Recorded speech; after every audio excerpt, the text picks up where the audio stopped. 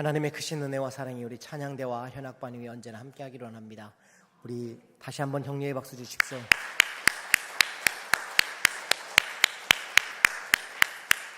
하나님께 영광의 박수 올려드립니다. 할렐루야.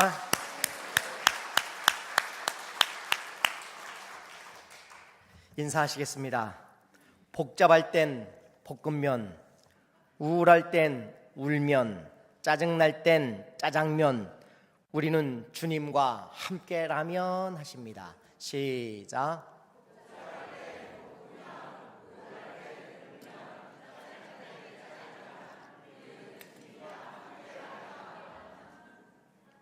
가슴에 손을 얹고 함께 고백하시죠. 하나님은 우리의 예배를 기뻐하심을 믿습니다. 하나님은 우리의 예배 가운데 임재하심을 믿습니다. 하나님은 우리의 예배를 통해 확실하게 말씀하심을 믿습니다. 아멘. 일부 예배에 한 90명 정도 예배를 드리셨어요. 일부에도 2층에 한 10서너 명 이렇게 앉으시고 꽤 많이 오셨습니다. 가만히 생각하니까 300명이 얼마 남지 않았어요. 우리가 300명이 되면 저희 교회 로비에다가 등록이 마감되었습니다. 가까운 교회를 나가셔서 등록해 주시기 바랍니다. 이건 진짜 제 꿈입니다. 한 번쯤 우리도 해봐야죠. 어떤 교회인가는 그런 교회도 있어야 하지 않겠습니까? 그래서 등록 마감하고 한 300명 정도면 우리 교회가 괜찮겠다. 제 개인적인 생각입니다. 그래서 우리가 한번 전국 최초로 등록 마감한 교회, 그리고 그 다음부터는 이제 번호표를 발급해서 그래도 다니고 싶습니다 하신 분들은 지난주에 우리 장영의 장로님이 이제 이사 가셨잖아요. 그럴 경우에 한 분 들어올 수 있는 거죠. 이제 이런 식으로 우리 할 수 있습니다. 충분히 기대가 되고요. 지난주 사순절 첫 번째 주일 설교의 키워드가 절제였습니다. 오늘은 이제 화해에 대한 이야기를 하려고 합니다. 화해라는 말이 화목이라는 말과 차이가 있습니다. 그 사이에 용서라는 말이 있습니다. 화해라는 말은 그 자리가 서로의 이제 문제를 해결하기 위해 앉아있는 자리입니다. 해결된 건 아닙니다. 거기에 뭐가 필요합니까? 어느 쪽이든 용서가 필요한 겁니다. 그 용서가 저해졌을 때 그 다음부터 벌어지는 건 뭐예요? 그게 바로 이제 화목의 자리가 되어지는 것입니다. 오늘 본문에 오해라는 단어나 화해라는 단어는 아예 등장하지 않습니다. 그런데 제목이 오해를 이제 화해로라는 제목으로 정했습니다. 충분히 이 단어도 끄집어낼 수 있는 단어 같습니다. 프리드리히 니체가 이런 말을 하죠. 가장 훌륭한 복수는 용서고 가장 안정된 관계는 화해이다라는 표현을 썼습니다. 인간은 관계의 존재입니다. 혼자 살 수 없습니다. 관계 속에서 살아갈 뿐입니다. 그리고 그 관계가 어떨 때는 성장을 주기도 하지만 어떨 때는 우리에게 좌절을 안겨다 주기도 합니다. 그래서 관계를 깨지 않도록 늘 우리가 조심해야 하는 것입니다. 글로리아 제이 에번스라는 분의 책에 있습니다. 담이라는 책. 읽은 지가 오래돼서 제가 기억이 가물가물한데 기억을 되살려 내용을 좀 잠깐 설명하려고 합니다. 저 책이 노란 책이 있고 빨간 책이 있는데 빨간 책 규장 출판사가 훨씬 더 번역이 잘 된 것 같습니다. 저는 저 책을 봤는데요. 내용에 보니까 이런 내용이 나옵니다. 주인공이 선을 그어놓고 사는 거예요. 자꾸 못 넘어오게. 그런데 자꾸 사람들이 그 선을 넘어와서 말을 건네는 게 불편합니다. 담을 쌓기 시작했습니다. 그랬더니 너무 낮은 담이니까 그래도 사람들이 넘어옵니다. 조금 더 높였습니다. 그랬더니 아이들의 공이 넘어옵니다. 그것도 불편한 거예요. 더 높여 쌓습니다. 한 이만큼 담을 쌓아놓고 살고 있는데 그것도 사람들이 와서 괴롭힙니다. 팔을 그어놓고 아예 그냥 이야기를 시작하는데 더 길어지기 시작하는 겁니다. 그러나 그것도 주인공은 불편했습니다. 쌓고 또 쌓아서 하늘을 가릴 정도의 담이 쌓아져 버린 것입니다. 혼자 어둠 안에 갇히게 된 것입니다. 그에게는 드디어 이제 이전보다 더 평화로울 줄 알았는데 오히려 그 자리에서 외로움이 깊이 몰려오기 시작합니다. 한참이 지나서야 담장 밖이 궁금해지기 시작합니다. 벽돌 한 장을 빼내 보았습니다. 그랬더니 햇살이 들어오고 너무 신선한 공기가 들어옵니다. 그리고 누군가가 빠진 그 벽돌 사이로 꽃 한 송이를 건네면서 이렇게 사는 것이 아니구나 라는 걸 깨닫고 모든 벽을 다 허무는 내용이 담겨 있는 책입니다. 사람과 사람 사이의 소통의 가치가 얼마나 중요한지를 우리에게 보여주는 이야기가 담겨 있습니다. 우리는 인간관계 속에서 살기도 죽기도 하는 것입니다. 오늘 본문은 그 관계의 중요성을 담은 내용입니다. 주님께서 산상수훈 가운데 우리에게 일깨워 주시는 말씀 중에 한 대목입니다. 우리가 왜 화해해야 되고 화목해야 할까요? 결론부터 말씀드리면 주님이 우리와 화해하셨고 그리고 화목해 하셨기 때문입니다.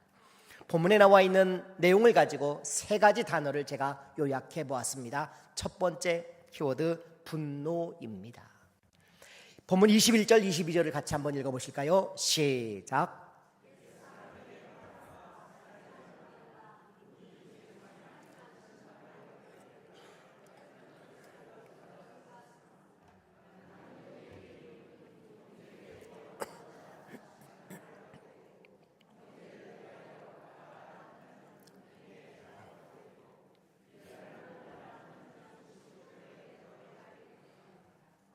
아멘. 먼저 율법의 살인에 관한 이야기를 예수님께서 언급하십니다. 율법은 이리 피하고 저리 피해서 문제가 되지 않으면 구원에 이를 수 있는 것입니다. 하나님을 사랑한다고 말하나 하나님 사랑보다 더 중요한 것은 선을 넘지 않는 것이 율법에서는 훨씬 더 중요한 그들의 숙제가 되어 있는 것입니다. 그러나 율법의 본질은 무엇입니까? 하나님을 사랑하는 것이 본질임에도 불구하고 선을 넘지 않으면 모든 게 해결된다고 여기며 살았던 것입니다. 그것이 바로 율법이라는 것입니다. 그 율법에 뭐라고 말합니까? 살인하지 말라. 그런데 살인을 하면 어디에 가는 겁니까? 심판을 받게 된다고 말하는데 그 심판이라는 단어가 이중적 의미로 사용됩니다. 21절 다시 한번 띄워주시면 이렇게 나와 있습니다. 21절에 시작.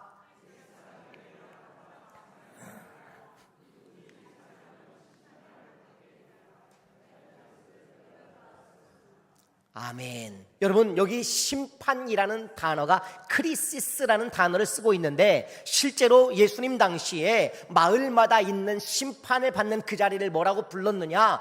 크리시스라고 불렀습니다. 다시 말하면 심판이라는 말과 심판을 받는 그 자리 같은 의미로 쓰이는 단어가 크리시스라는 단어라는 것입니다. 이 심판을 받는 장소가 마을마다 있었습니다. 신명기 16장 18절을 한번 보시겠습니다. 시작. 내 하나님 여호와께서 내게 주시는 각 성에서 내 지파를 따라 재판장들과 지도자들을 둘 것이요 그들은 공의로 백성을 재판할 것이니라. 아멘. 각 성에서 내 지파를 따라 재판장들과 지도자들을 두라고 명령하셨습니다. 역사가 요세푸스는 각 마을마다 23명으로 구성된 여기에서 회의를 하고 그리고 여기에서 심판을 하는 사람들이 구성되어 있는 평의회가 있었다고 합니다. 그 23명이 살인한 사람들에 대하여 심판을 하던 곳이 바로 이 크리시스라는 곳이었다는 것입니다. 그런데 예수님께서는 이 심판을 당하는 살인한 사람들이 겪는 심판을 당하는 그 자리, 그 고통의 자리에 대해서 덧붙이는 말씀이 있습니다. 세 가지를 덧붙였습니다. 그 다음 절에 보면 형제에게 노하는 자마다 심판을 받게 된다. 여러분, 형제에게 노하는 것, 그게 무엇과 동등하게 취급되느냐? 살인하는 것과 지금 동등하게 주님이 취급하고 있는 것입니다. 그 다음 형제에 대하여 라가라라고 말하는 사람은 공회에 잡히게 된다. 이 라가라는 이 단어는 라가는요 욕입니다. 욕, 아주 심한 욕을 가리키는 말입니다. 그리고 또 하나 나옵니다. 형제에게 미련한 놈이다 하는 사람은 지옥불에 들어가게 된다고 말한다는 것입니다. 여러분, 어떤 법조문에도 내면의 분노를 형벌로 다루는 경우는 없습니다. 그런데 예수님은 더 깊은 차원의 법을 우리에게 말씀하고 계신다는 것입니다. 이미 분노하는 사람을 살인자와 동등한 취급을 하고 계신다는 겁니다. 탈무드에는 분노나 증오를 가지고 잠자리에 들지 말라고 가르치고 있습니다. 철학자 세네카는요, 분노는 인간이 반드시 제거해야 할 가장 파괴적인 감정이라고 말하고 있습니다. 분노가 통제되지 않는 사회를 한번 생각해 보십시오. 그건 고통스러운 것입니다. 우리 사회에도 여전히 분노를 통제하지 못하는 사람들 때문에 많은 골머리를 앓고 있지 않습니까? 그런데 그 분노를 자제하라고 예수님이 지금 우리에게 말씀하고 계신 것입니다. 오늘 말씀에 살인과 화해라는 이 갈등의 간극을 잘 보여주는 사건을 성경의 가인과 아벨의 제사에서 한번 찾아볼 수 있을 것 같습니다. 가인에게 시기가 생기고 분노가 생겨서 결국 동생 아벨을 죽이지 않습니까? 가인의 살인을 들여다보면 그 안에 뭐가 있었습니까? 분노가 가득 차 있었던 것입니다. 자신을 돌아봄이 없었습니다. 상처를 입은 자존심이 분노를 만들게 되었고 결국 그것이 살인을 하게 되는 문제를 만든 것입니다.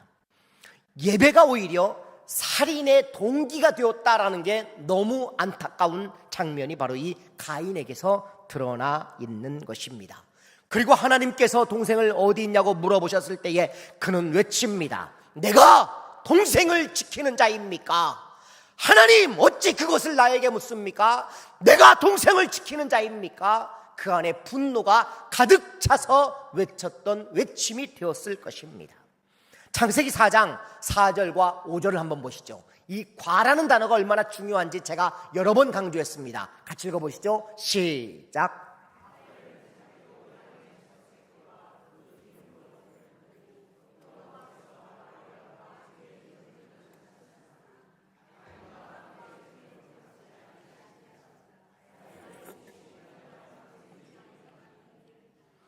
아멘. 여러분 4절에도 5절에도 같이 나옵니다. 아벨과 가인과라고 등장합니다. 그 재물이 더 중요한 것이 아니라 누가 드렸느냐가 더 중요하다는 겁니다. 재물과 함께 드려진 아벨 그리고 재물과 함께 드려진 가인의 문제, 과가 그래서 중요하다는 겁니다.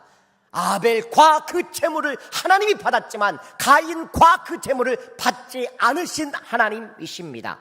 그렇습니다. 예배는요, 우리 중심이 훨씬 더 중요하다는 사실을 간과하면 안 되는 것입니다. 우리가 흔히 어린아이 같다는 말을 합니다. 이렇게 말하면 그 기준이 어디에 있습니까? 어른에게 기준이 있는 것입니다. 아버지가 아들에게 이렇게 공부를 안 하는 자식을 보면서 이렇게 이야기합니다. 링컨 대통령은 네 나이 때 공부만 하는 우등생이었다, 이렇게 말합니다. 기준이 어디에 있는 겁니까? 그 아버지의 말의 기준은 링컨 대통령에게 있는 겁니다. 그랬더니 아들이 이렇게 말합니다. 아버지, 링컨 대통령은 아버지 나이 때 대통령을 했습니다.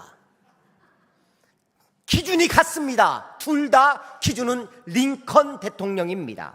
그런데 보는 시선이 달라지고 시기가 달라지니까 갈등의 요소가 되더라는 것입니다. 교회에서 참 좋은 말이 있죠. 예배자가 되고 싶습니다 라는 말입니다.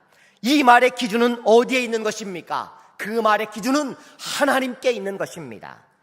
여러분, 가인의 예배가 하나님 기준이 아니라 자기 기준이었던 것이 문제였던 것이고, 아벨의 예배가 귀하게 쓰임받았던 것은 그 기준이 자기 기준이 아니라 하나님의 기준이었기 때문에 그 예배가 귀하고 아름다웠던 것입니다. 예배는 내가 편한 것이 아닙니다. 내가 듣기 좋은 말을 듣는 것이 아닙니다. 내 자신이 하나님 앞에 온전히 드려질 수 있는 그 예배가 귀하다는 사실을 잊지 마시기 바랍니다. 그런데 가인에게는 그 분노가 그 예배를 망치게 되었던 것입니다. 오늘 본문에 또 형제에게 나가라라는 말하는 자와 미련한 놈이라는 자, 여기 라가라는 단어를 찾아보니까 공동 번역에는 바보라고 번역하고 있습니다. 새 번역에는 뭐라고 번역했느냐? 얼간이 이렇게 번역하고 있습니다. 이 단어는 그 옆에다 써놓지 않으면 나중에 또 헷갈립니다, 여러분. 말로 하는 죄를 언급하고 있습니다. 내면의 그 분노가 말로 표출되어졌을 때 이게 무서운 것입니다, 여러분. 겉으로 드러나는 이웃을 향한 모욕을 지금 예수님이 문제 삼고 있는 건데, 그것도 역시 살인하는 것과 동등하게 취급하고 있다는 것입니다. 여러분, 우리가 입술로 짓는 죄를 가벼이 여겨서는 안 되는 것입니다. 여러분의 입술에 파수꾼이 있어야 되고 여러분의 입술이 복되어야 합니다. 혼자 있을 때라도 나쁜 말은 위험한 것입니다. 이 책을 기억하실까요? 물은 답을 알고 있다. 일본에서 벌어진 실험입니다. 일본이 제일 먼저 이 실험을 했습니다. 물에 긍정의 언어를, 물에다가 대고 긍정의 말을 하는 겁니다. 사랑한다, 감사한다 라고 말을 했더니 그 물이 얼어진 상태에서 그 결정체를 보았더니 저렇게 육각형 아름다운 모습이 되었습니다. 반면 나쁜 말을 했습니다. 망할 놈, 미친놈 이런 말을 했더니 그 물이 결정체도 완전히 깨져버리더라는 것입니다. 이 이야기를 제가 언젠가 했더니 저희 집 아이가 이렇게 어렸을 때에 물에다가 말을 하더라고요. 고맙다 말을 하더라고요. 왜 그랬을까요? 좋은 물 먹겠다는 거죠. 저는 우리 몸이 70% 이상이 물입니다, 여러분. 우리 몸의 70% 이상이 물이에요. 내가 내뱉는 나도 모르는 이런 망할 놈 혹은 여러 이야기들이, 못된 욕들이 나 혼자 있다고 문제가 없는 것이 아니라 내 영혼을 망가뜨리고 있고 파괴할 수도 있다는 사실을 기억하셔야 되는 것입니다. 그리고 주님이 그것을 원치 않으십니다. 여러분, 우리가 먼저 깨어 있어야 한다면 여러분 늘 좋은 말을 나 혼자 있어도 할 수 있어야 됩니다. 아유, 오늘 목사님 설교 좋았어. 혼자서도 할 수 있어야 되는 거예요. 아유, 오늘 목사님 설교 왜 저렇게 지루하디야? 이러면은 자기도 괴롭지만요 몸이 망가지는 거예요. 관계도 깨지는 겁니다, 여러분. 아름답다는 말이 있습니다. 아름답다라는 말의 아름이라는 말의 뜻이 뭔지 아십니까? 아름은 나라입니다. 나답다라는 말이 아름답다는 말입니다. 하나님이 저와 여러분을 얼마나 아름답게 만들어 주셨습니까? 나의 소중한 그 가치를 망각하면 자존감이 무너지는 것입니다. 하나님이 나를 너무나 소중한 존재로 만드셨는데 여러분 모두가 다 소중한 존재라는 사실을 잊지 마시고 혼자 있어도 좋은 말 하셔야 내가 사는 겁니다. 나 잘 될 거야. 나는 그래도 괜찮은 사람이지. 그게 낫지. 맨날 나 언제 이러면은요 괴로운 겁니다, 여러분. 그래서 우리에게 넓은 시야가 필요합니다. 넓은 마음을 품지 않으면 여전히 분노가 일어나거든요. 이런 말이 있습니다. 눈 뜨고 보면 300m를 보지만 눈 감고 보면 3년을 볼 수 있다는 말이 있어요. 멋진 말 아닙니까? 눈 뜨고 보면요 우리가 아파트를 볼 수 있지만 눈을 감고 보면 천국도 보이는 게 저와 여러분인 줄 믿습니다. 넓은 시선으로 여러분 마음의 죄를 다스리는 저와 여러분 되기를 원합니다. 두 번째 단어, 오해라는 단어입니다. 지하철에서 누가 방구를 꼈습니다. 냄새가 너무 독하니까 옆에 있는 친구한테 사람들 다 들리게 이야기를 했어요. 그 사람 좀 무안하라고. 이건 방구가 아니야. 그냥 똥방구야. 그랬습니다. 그런데 조금 있다가 이렇게 말한 친구의 핸드폰에 문자가 띵동 하고 울려서 보니까 바로 옆에 앉은 친구가 문자를 보냈어요. 뭐라고 보낸 줄 아십니까? 나니까 닥쳐 이렇게 써서 보냈습니다. 자기 친구는 아닐 거라는 오해를 했던 것입니다. 여러분 본문 23절을 우리 한번 같이 읽어보실까요? 시작.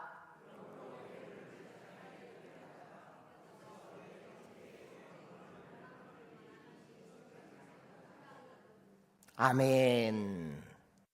김동인의 소설 가운데 뱃다락이라는 소설이 있습니다. 감자라는 소설로 유명한 우리 작가 아닙니까? 여러분 뱃다락이 소설 다 아시죠? 그때는 몰라도 다 아는 척 하시는 게 좋습니다. 왜냐하면 제가 절대로 확인하지 않기 때문입니다. 뱃다락이 다 아시죠? 거짓말을 하시면 안 됩니다.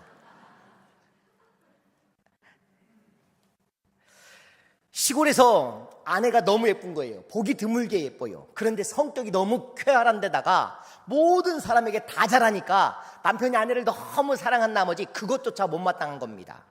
심지어 아내가 자기 남동생에게도 잘하는 게 못마땅합니다. 그런 날은 어김없이 그날 저녁에 폭력을 가할 정도로 아주 무차별한 행동을 하는 사람이었습니다.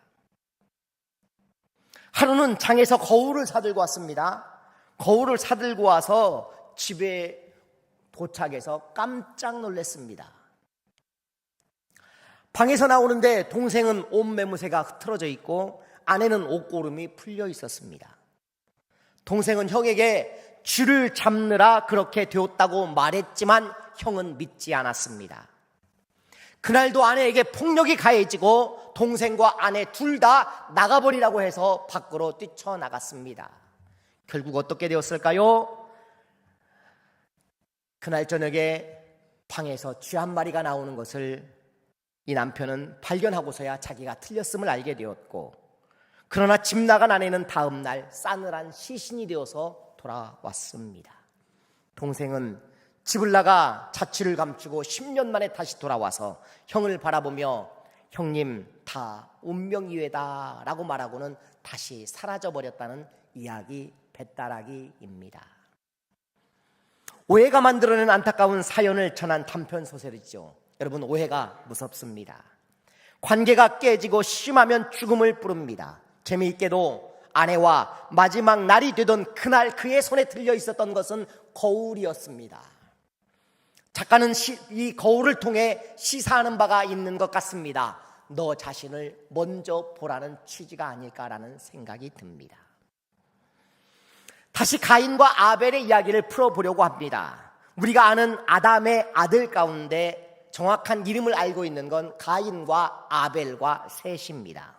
그런데 유대인의 희년서에 보니까 거기에는 아담의 가족사가 나옵니다. 요벨서라고 부르지요. 아담의 가족사가 나오는데 성경은 아니지만 비교적 유대인들이 굉장히 중요한 근거로 받아들이는 책입니다.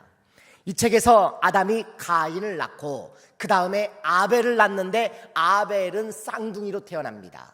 이란성 쌍둥이로 태어나는데 그때 태어난 딸의 이름이 뭐였느냐? 아반이라는 딸입니다. 가인과 아벨이 이때 아반을 두고 싸웠다고 희년서에 기록이 되어져 있습니다. 그러나 결국 제사의 문제로 가인이 아벨을 죽이게 되지요.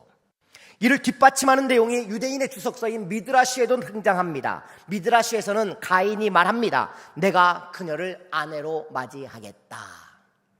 아벨도 말합니다. 나와 함께 태어났으니 내가 맞이함이 맞다라고 말합니다. 여기에 가인의 오해가 등장합니다. 가인은 아버지 아담이 아벨과 이란성 쌍둥이로 태어난 아반을 아벨의 아내로 줄 것이라는 오해를 품기 시작하면서부터 결국 화가 이제 났다라는 것입니다. 그것이 발단이 되어서 예배까지 전달되어지고 결국 그 예배가 살인을 하는 동기가 되어버리는 안타까움을 말하고 있는 것입니다. 오해는 이렇게 무서운 것입니다. 이스라엘 백성들의 광야 방황도 하나님을 향한 오해 때문이었습니다. 끊임없이 그들은 불평하고 원망하고 하나님을 오해했기 때문에 그 광야에서 죽음을 자초하게 된 것입니다. 본문을 보십시오. 원망 들을 만한 일이 있거든이라고 말하고 있습니다. 이 말은 나에게 누군가가 오해를 하고 있는 부분이 있는 것 같다면 얼른 가서 화해하고 돌아오라고 말씀하고 계신 것입니다. 여러분, 오해는 빨리 풀수록 좋은 것입니다. 놔두면 죽음으로 이르는 병이 되기 때문입니다. 세 번째 단어, 화해라는 단어를 오늘 본문에서 살펴봅니다. 우리 24절 같이 읽어보시겠습니다. 시작.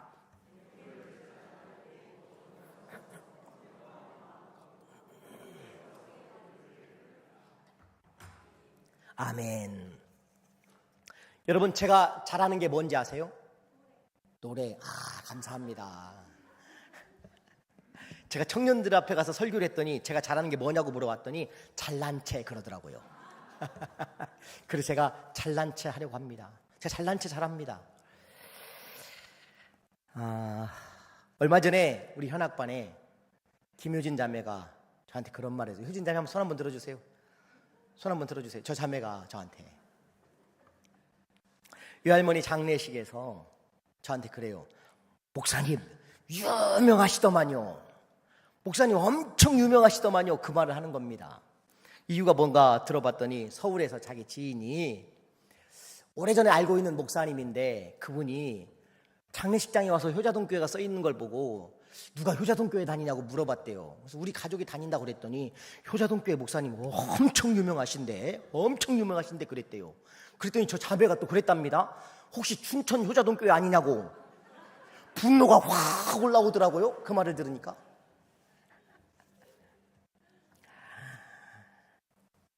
근데 그 목사님 굉장히 유명하다고 그러더래요. 그래서 자기가 알았답니다. 목사님 유명한지 알았대요. 여러분 알아주셨으면 좋겠습니다. 수요 예배 때도 제가 말씀을 드렸는데요. 우리 이렇게 학교 지킴이 하시는 어르신들이 계세요. 그 어르신들이 이제 교회가 배려를 해드리니까 얼마나 뭐 고마워하시는지 몰라요. 그러면서 아침마다 보면 뭐 그냥 저에게 막 칭찬을 막 부어주시는데, 이렇게 시에서 나오신 분 같은데 이렇게 저를 인사시키려고 이제 어른 한 분이 오셨어요. 오셔가지고 저를 인사해요. 훌륭하신 분이요. 거두절미하고 그 어르신 말씀이 훌륭하신 분이요. 그래서 제가 훌륭한 줄 알았단 말입니다. 그러면서 그분에게 한 말씀 더 하세요. 도지사님 표창 한번 주라고 얘기 좀요. 얘기를 하시는 거예요.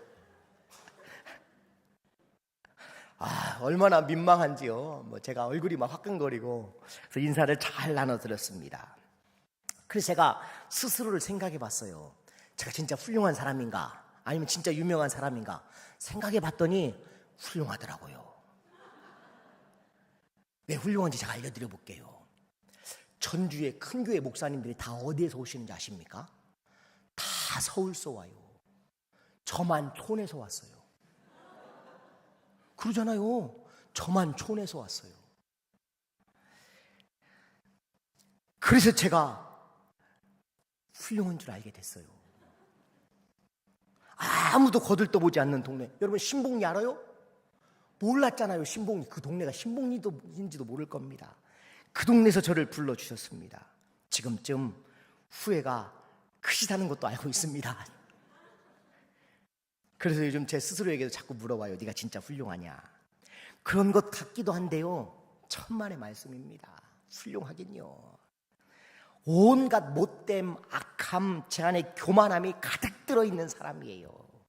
이것도 풀어내는 이유는 훌륭하지 않다는 이야기를 제가 드러내버리려고 하는 이야기인 거예요. 부족함이 진짜 많은 사람입니다. 하나님이 십자가에서 죽으심으로 저와 여러분을 구원해 주셨기 때문에 사는 자들입니다. 그분이 먼저 우리를 갈보리로 초청하셨어요. 갈보리로 왜 부르신 줄 아십니까? 우리 화해하자라는 겁니다. 그리고 십자가에서 용서하기로 하나님이 마음 먹어버리신 겁니다. 그 갈보리가 하나님과 저와 여러분 화해의 자리가 되어버린 자리라는 사실을 기억하십시오. 그러고 돌아오기를 원하시는 하나님이십니다. 여기 본문이 재밌습니다. 24절 다시 한번 보실까요? 시작.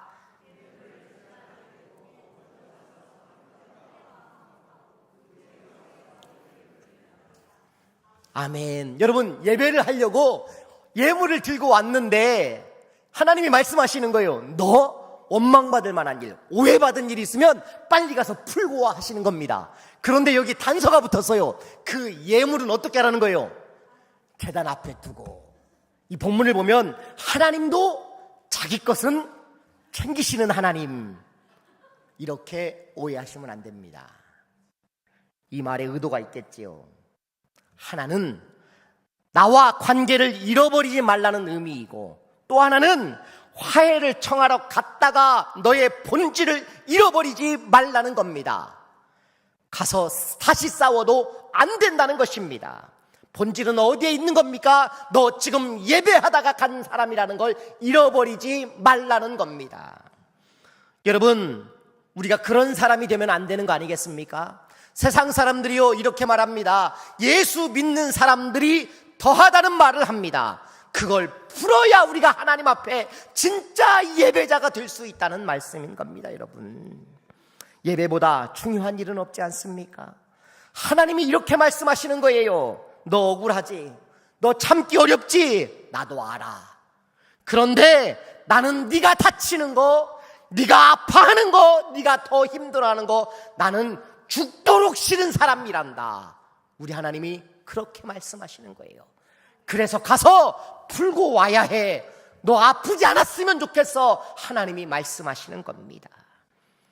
이게 바로 화해, 우리 하나님께로 가는 지름길이라는 사실을 여러분 기억하시기 바랍니다.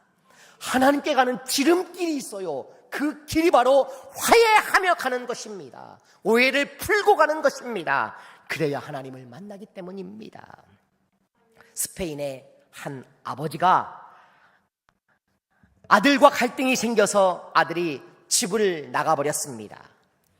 몇 년이 지났습니다. 연락은 두절되었고 아버지는 매일 아들을 그리워하며 삽니다. 그리고 화해를 원하고 있었습니다. 그래서 이 아들을 찾기 위해 신문에 광고를 냈습니다. 이 아들의 이름이 파코였습니다. 신문에 다음과 같은 광고를 냈습니다. 사랑하는 파코야, 내 잘못을 용서해다오. 모든 것이 괜찮을 거야. 이 아버지를 용서한다면 일요일 정오 마드리드의 호텔 몬테나 앞에서 만나자. 그리고 일요일 정오가 되었습니다. 놀랍게도 그 약속한 장소에 파코라는 이름을 가진 수많은 젊은이들이 모였다는 이야기입니다. 스페인에는 파코라는 이름이 무척 많은 것 같습니다. 주님께서 갈보리에서 저와 여러분을 부르고 있다는 사실을 여러분 기억하십시오. 내가 너와 화해하고 싶단다. 하나님이 원하시는 겁니다. 여러분, 예수님이 못 박힌 자리가 어딘지 아시죠? 손바닥이 아니에요. 손목입니다. 손목을 한번 세게 눌러보십시오. 세게 눌러보세요. 그 정도는 아니에요. 지금 얼굴을 보니까 그건 세게 누르시는 게 아니에요. 정말 아플 만큼 한번 세게 눌러보시죠. 여러분, 예수님이 그 고통을 당하셨습니다. 고통에 예수님이 집중하셨다면, 만약에 그 고통에만 집중하셨다면 예수님은 이 녀석들아, 내가 무슨 죄가 있다고 나를 이렇게 못살게 구느냐 토로하며 절규하셨을 겁니다. 그런데 예수님이 그 고통 속에서도 침묵하시는 이유는 하나입니다. 목적이 있기 때문인 것입니다. 아버지께서 나를 살리시고 저와 여러분을 살리시는 그 목적이 분명하기 때문입니다. 고통을 참고 인내하며 사는 것이 아니라 목적을 바라보며 사는 사람은 고통도 견뎌지는 것입니다. 고통만 보지 마십시오. 그 목적을 보시기를 바랍니다. 삶이 힘드십니까? 고통의 관점을 목적의 관점으로 바꿔내야 합니다. 하나님과의 탐이 쌓여있어 단절된 우리들이 아닙니까? 그런데 하나님께서 우리와 화해를 원하십니다. 그리고 그 화목의 자리로 우리를 부르십니다. 십자가의 골고다가 우리의 화해의 자리입니다. 그리고 그 화해의 자리를 이미 겪어내신 예수님의 그 용서, 하나님의 용서 때문에 오늘 저와 여러분이 오늘 이 예배의 자리, 화목의 자리에 앉아 있는 것입니다. 사순절 두 번째 주일을 보냅니다. 혹시 아직도 오해하고 있는 문제로 화해가 어렵다면 내가 먼저 용서하면서 빨리 가서 용서하고 오해를 풀고 화목의 자리로 돌아오십시오. 오해를 화해로 바꾸어야 합니다. 기도하겠습니다.